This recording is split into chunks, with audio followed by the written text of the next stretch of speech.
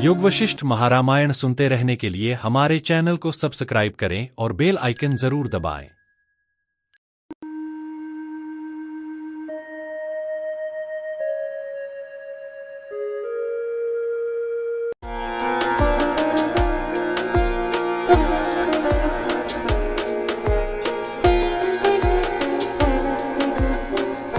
योग वशिष्ठ महारामायण सर्ग 6 उपशम प्रकरण। पहले कर्म गतियों को कहकर जीवन मुक्ति रूप अंतिम जन्म वालों की जीवन मुक्ति के लिए गुण प्राप्ति में साधारण क्रम का कथन। आगे कहे जाने वाले गुणोपार्जन क्रम का प्रकृति में संबंध दिखाने के लिए प्रस्तुत अनासक्ति से किए गए अप्रतिसिद्ध कार्यों में प्रवृत्ति द्वारा जीवन मुक्त पुरुष का लक्षण कहते हैं। श्री वशिष्ठ जी ने कहा, हे श्री रामचंद्र जी, जो पुरुष मैं श्रुति स्मृति और सदाचार से प्राप्त सकल व्यवहार को अयस्कांत मणि के समान केवल अपनी सन्निधि से करता हूँ, यूं वासना रहित होकर कार्यों में प्रवृत्त होता है, अज्ञानी के समान कर्तृत्वाभिमान पूर्वक प्रवृत्त नहीं होता, वह मुक्त है, ऐसा मेरा विश्वास है। कर्म फलों में आसक्ति होने के कारण ही अज्ञानियों को अनर्थ की प्राप्ति होती है, ऐसा दिखलाते हैं। मनुष्य शरीर को पाकर भी कोई मूढ़ अनासक्ति से कर्मानुष्ठान रूप इस क्रिया में रत नहीं होते। वे कामात्मा पुरुष स्वर्ग का भोग करके नरक में जाते हैं और नरक से फिर स्वर्ग में आते हैं। निषिद्ध कर्म में निरत और सत्कर्म से विरत कोई लोग नरक से नरक, दुख से दुख और भय से भय को प्राप्त होते हैं। श्रुति भी है कि विहित कर्मों को न करने से, गर्हित कर्मों के आचरण से और इंद्रियों की स्वच्छंदता से मनुष्य का पतन होता है। नरकों में उपभुक्त दुष्कर्म फलों के क्रम से तिर्यक योनि में उत्पन्न हुए, अपने वासना रूप तंतुओं से बंधे हुए कोई जीव तिर्यक योनि से वृक्ष आदि स्थावर योनि को प्राप्त होते हैं, उनसे फिर तिर्यक योनि को जाते हैं। राजस तामस और शुद्ध तामस जीवों को कहकर शुद्ध सात्विक जीवों को कहते हैं। कोई आत्मज्ञानी धन्य पुरुष जिन्होंने मन के साक्षी आत्मा का विचार कर लिया और जिनकी तृष्णा रूपी बंधन श्रृंखला टूट गई हो, वे कैवल्य रूप पद को प्राप्त होते हैं। राजस सात्वियों को दिखलाते हैं। हे श्री रामचंद्र जी, पहले उत्तरोत्तर उत्कृष्ट कुछ ही मनुष्य जन्मों को भोग करके जो इस जन्म में मुक्त हो गया, इसीलिए वह राजस सात्विक है। उसकी शांति आदि गुणों से अभिवृद्धि कहते हैं। उत्पन्न होकर वह पूर्णिमा के चंद्रमा के समान वृद्धि को प्राप्त होता है। जैसे वर्षा ऋतु में कुटज के वृक्ष को पुष्प शोभा प्राप्त होती है, वैसे ही उसे साधन चातुष्ट संपत्ति प्राप्त होती है। हे महामते श्री रामचंद्र जी, जिसका यह अंतिम जन्म है, उसमें ब्रह्म विद्या की उपायभूत सब निर्मल विद्याएं शीघ्र ऐसे प्रविष्ट होती हैं, जैसे उत्तम बांस में निर्मल मोती प्रविष्ट होते हैं। जैसे अंगनाएं अंतःपुर का आश्रय लेती हैं, वैसे ही पूज्यता, मनोहरता, मैत्री, सौम्यता, कृपा और अपरोक्ष ज्ञान नित्य उसका आश्रय लेते हैं। सब कार्यों को कर रहा जो पुरुष फल के बढ़ने या नष्ट होने पर सब कर्मों में सम होकर न प्रसन्न होता है न शोक करता है, उसमें दिन में अंधकार राशि के समान सुख दुख आदि सब द्वंद्व नष्ट हो जाते हैं एवं जैसे शरद ऋतु में मेघ स्वच्छ हो जाते हैं, वैसे ही उसमें पहले मलिन भी धैर्य, श्रद्धा आदि सब गुण निर्मलता को प्राप्त हो जाते हैं। जैसे वन में वायु से छिद्रों के पूर्ण होने के कारण मधुर ध्वनि वाले बांस को सब मृग चाहते हैं, वैसे ही कोमल आचार से मधुरता वाले उस पुरुष को सब लोग चाहते हैं। जैसे उत्पन्न होते ही मेघ के पीछे बक पंक्ति दौड़ती है, वैसे ही इस प्रकार की गुण शोभाएं अंतिम जन्म वाले पुरुष का बचपन से ही अनुसरण करती हैं। इस प्रकार गुणों की संपत्ति होने पर गुरुमुख से श्रवण में अधिकार होता है। अपक्व चित्त वाले पुरुषों का गुरुमुख से श्रवण में अधिकार नहीं है, ऐसा कहते हैं। तदंतर गुणों से परिपूर्ण वह जीवन मुक्त पुरुष गुरु का ही अनुगमन करता है। गुरु उसे आत्म तत्व एवं अनात्म तत्व के विवेक में उपायों का उपदेश देकर अपनी बुद्धि से भी मनन रूप पवित्र कार्य में प्रवृत्त करता है। इस प्रकार के गुणों से परिपूर्ण पुरुष को ही गुरुपूर्वक श्रवण आदि से साक्षात्कार प्राप्ति होती है, ऐसा दिखलाते हैं। हे श्री रामचंद्र जी, तदंतर विचार वैराग्य वाले गुणशाली चित्त से आनंदय रस निर्विकार स्वयं प्रकाश आत्मा का वह साक्षात्कार करता है। यह विचार से सुंदर तथा शांत चित्त से पहले आभ्यंतर मनोमनन को ज्ञान के लिए बढ़ाता है।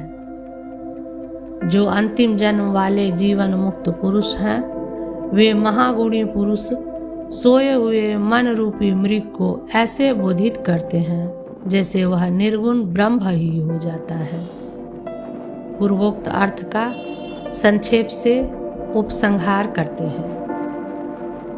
वे पूर्वोक्त गुणों से संपन्न अंतिम जन्म वाले मनुष्य, जिनके जीवन मुक्ति रूप सुगुण प्रख्यात हैं, ऐसे सद्गुरुओं की प्रयत्न से सेवा कर उनसे प्रदर्शित युक्तियों से निर्मल हुई बुद्धि द्वारा चित्त के अंतर्गत प्रत्यगात्म रूप रत्न का विचार कर चित्त के अंदर प्रकाशमान प्रत्यग भिन्न ब्रह्म का चिरकाल तक साक्षात्कार कर उनके साक्षात्कार मात्र से ही ब्रह्म भाव आपत्ति स्वरूप निर्मल अर्थात माया और उसके कार्य रूपी मल से निर्मुक्त परम पुरुषार्थ रूप गति को अपने स्थान में ही प्राप्त करते हैं। उपासक के समान उत्क्रमण पूर्वक लोकांतर में जाकर नहीं, यह मतलब है। छठा सर्ग समाप्त। उपशम प्रकरण सर्ग 7। अपने विचार से कुछ व्युत्पन्न चित्त वाले पुरुष की आकाश से फल पतन के समान ज्ञान प्राप्ति का वर्णन। पूर्वोक्त साधारण क्रम का अनुवाद कर किसी बड़भागी पुरुष का पूर्वोक्त क्रम के बिना ही प्राप्त एकमात्र अपने विचार से ही सहसा सर्वगुण संपत्ति सहित ज्ञानोदय रूप विशेष दिखलाते हैं।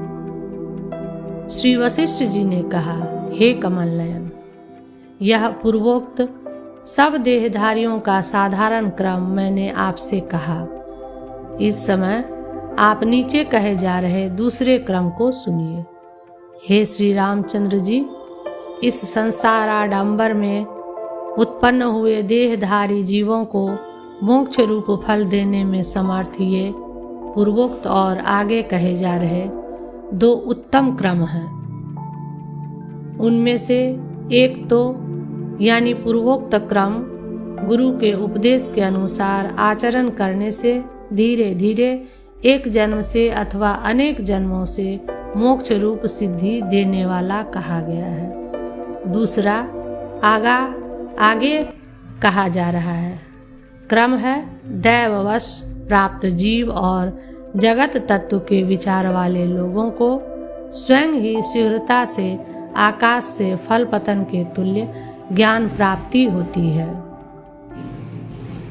दूसरे क्रम में जनक की आख्यायिका का दृष्टांत देने वाले श्री वशिष्ठ जी भूमिका बांधते हैं। उक्त क्रम में आकाश से फल गिरने के तुल्य ज्ञान प्राप्ति के लिए इस प्राचीन वृत्तांत को आप सुनिए। मैं आपसे कहता हूँ, हे सकलेश्वर संपन्न श्री रामचंद्र जी, अंतिम जन्म वाले महानुभाव पुरुष, जिनके पूर्व संचित पुण्य पाप रूप मोक्ष के प्रतिबंध नष्ट हो चुके हैं, निर्मल परम विवेक को जैसे आकाश से गिरे हुए फल के तुल्य प्राप्त करते हैं, वैसी वक्ष्यमाण कथा को आप सुनिए। 7वां सर्ग समाप्त।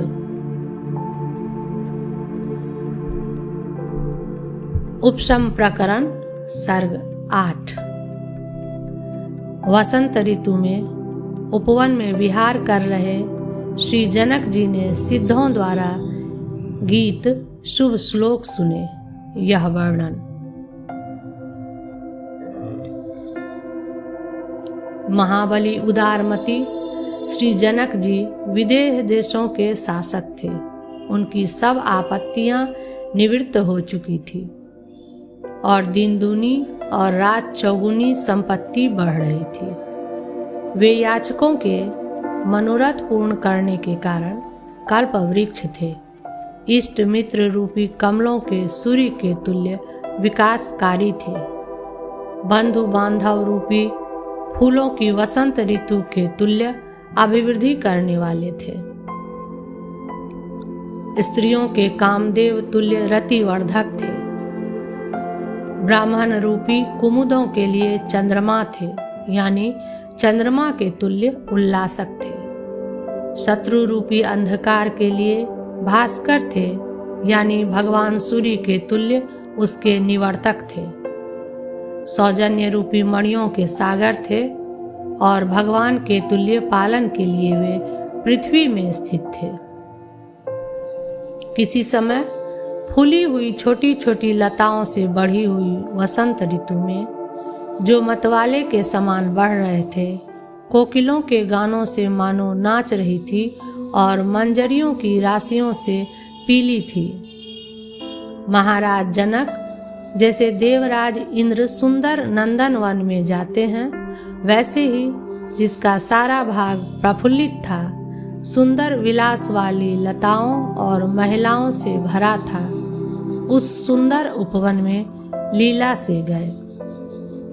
उस मनोरम श्रेष्ठ उपवन में, जिसमें केसरों में स्थित पराग, सुगंधी और मकरंद के कणों को हरने में, न कि धूलि उड़ाने आदि में समर्थ उद्दाम यानी मंद सुगंध और शीतल वायु बह रहे थे। अनुचरों को दूर रखकर उन्होंने क्रीड़ाशैल के शिखरों पर उगे हुए लता गृहों में विचरण किया। हे कमलनयन, तदंतर उन्होंने किसी तमाल वृक्ष की झाड़ी में छिपे हुए, सदा पर्वतों की गुफाओं में विचरण करने वाले, एकांत में निवास करने वालों सिद्धों की अपने अनुग्रह के लिए कही गई तथा श्रुति स्मृति पुराण और इतिहासों से गीत आत्म तत्व की श्रवण मात्र से साक्षात भावना कराने वाली निम्नलिखित गीताएं सुनी। सिद्धों ने कहा, चक्षु आदि इंद्रियों द्वारा विषयों के प्रमाता का स्त्र, चंदन, वनिता आदि विषय के साथ संबंध होने से उत्पन्न हुई विषयाकार बुद्धि वृत्ति में स्वयं प्रकाशमान जो आनंद रूप निश्चय है, तदरूप आत्म तत्व के परिशोधन द्वारा निरतिशय भूमा रूप से आविर्भूत आत्मा का निर्विकल्प समाधि द्वारा बाहरी और अंतःकरण के स्पंद का त्याग कर हम निरंतर अनुभव करते हैं। भाव यह है कि विषयाकार वृत्ति में स्वयं प्रकाशमान आनंद विषय कोटि में नहीं आ सकता, क्योंकि उसे विषय मानो तो वह जड़ हो जाएगा। कर्ता, करण और वृत्ति कोटि में भी नहीं आ सकता, क्योंकि वे कारक हैं। आनंद रूप साध्य का तदवयव साधन का अंग होना अनुभव विरुद्ध है, इसलिए वह साक्षी कोटि में ही आता है। साक्षी ही अविद्या रूपी आवरण से मंद चिदानंद स्वभाव वाला होकर अन्य अहंकारात्मा की कल्पना कर मानो उसकी अंगता को प्राप्त हुआ सा निरतिशय आनंद रूप अपने आत्मा को नहीं जानता है। अतएव उसी स्वतत्व के विचार से आविर्भूत निरतिशय आनंद स्वभाव की समाधिस्थ मन से हम उपासना करते हैं। इसी आनंद की मात्रा का एक अंश का अन्य प्राणी उपजीवन करते हैं। इस श्रुति से ब्रह्मानंद की ही अविद्या द्वारा विषयाकार वृत्ति के परिच्छेद से विषयानंदत्व प्रतीति होती है। औरों ने कहा, दृष्टा, दर्शन और दृश्य इस त्रिपुटी का वासना के साथ त्याग कर चक्षु, मानस आदि वृत्तियों के पहले ही उन वृत्तियों की उत्पत्ति में साक्षी रूप से भासमान आत्मा की हम लोग उपासना करते हैं। दृष्टा आदि त्रिपुटी के त्याग से दो अवस्थाओं का जागृत स्वप्न का त्याग कहा। वासना के साथ इससे तो पूर्वोक्त दोनों अवस्थाओं की बीजभूत वासना से पूर्ण सौषुप्त अज्ञान का भी निराश कहा। चाक्षुष, मानस आदि वृत्तियों के पूर्व ही उनकी उत्पत्ति में साक्षी रूप से भासमान, इससे पहले से सिद्ध त्रिपुटी का साक्षी सर्वानुभव सिद्ध है, यों पृथक करके दर्शाया है। उसी बीज सहित त्रिपुटी के त्याग से तुरीय आत्मा की हम लोग उपासना करते हैं, यह अर्थ है। दर्शन के मानस चक्षुष वृत्ति के पहले उनकी उत्पत्ति का साक्षी रूप जो तत्व है, उसके विषय में जो लोग अस्ति नास्ति इस प्रकार का संदेह करते हैं, उनके प्रति भी दोनों अस्ति नास्ति पक्षों के अविरुद्ध साक्षी को दर्शाते हुए दूसरे सिद्ध लोग कहते हैं। जो लोग मानस चक्षुष आदि वृत्तियों के पहले से ही सिद्ध उनकी उत्पत्ति का साक्षीभूत तत्व है, परंतु वह भी जन्य ही है, नित्य नहीं है, ऐसा कहते हैं।